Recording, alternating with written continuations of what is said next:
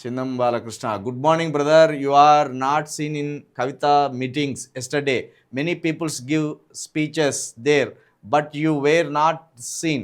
ఆ క్లెయిమ్ లేదు, కింద స్టేజ్ కింద ఉండి కార్యక్రమాలన్నీ చూసుకున్నాం. నిన్న 3 రోజులుగా నేను అక్కడనే ఉన్నా.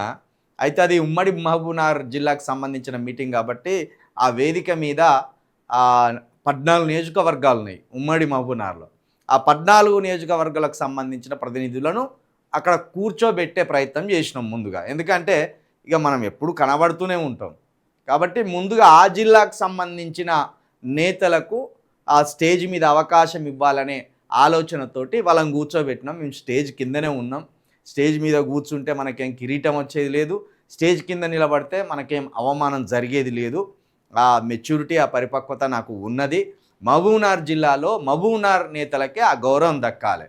ఉమ్మడి మహబూబ్నగర్లో ఉన్న నాయకులు ఎవరైతే ఉన్నారో, ప్రస్తుతం టీఆర్ఎస్ పార్టీ తరఫున ఎవరైతే ఉన్నారో వాళ్ళందరినీ ఆ స్టేజ్ మీద కూర్చోబెట్టాలనే ఒక ఆలోచనతోటి వాళ్ళందరికీ కుర్చీలు ఇచ్చి మేము సైడ్న నిలబడ్డాం.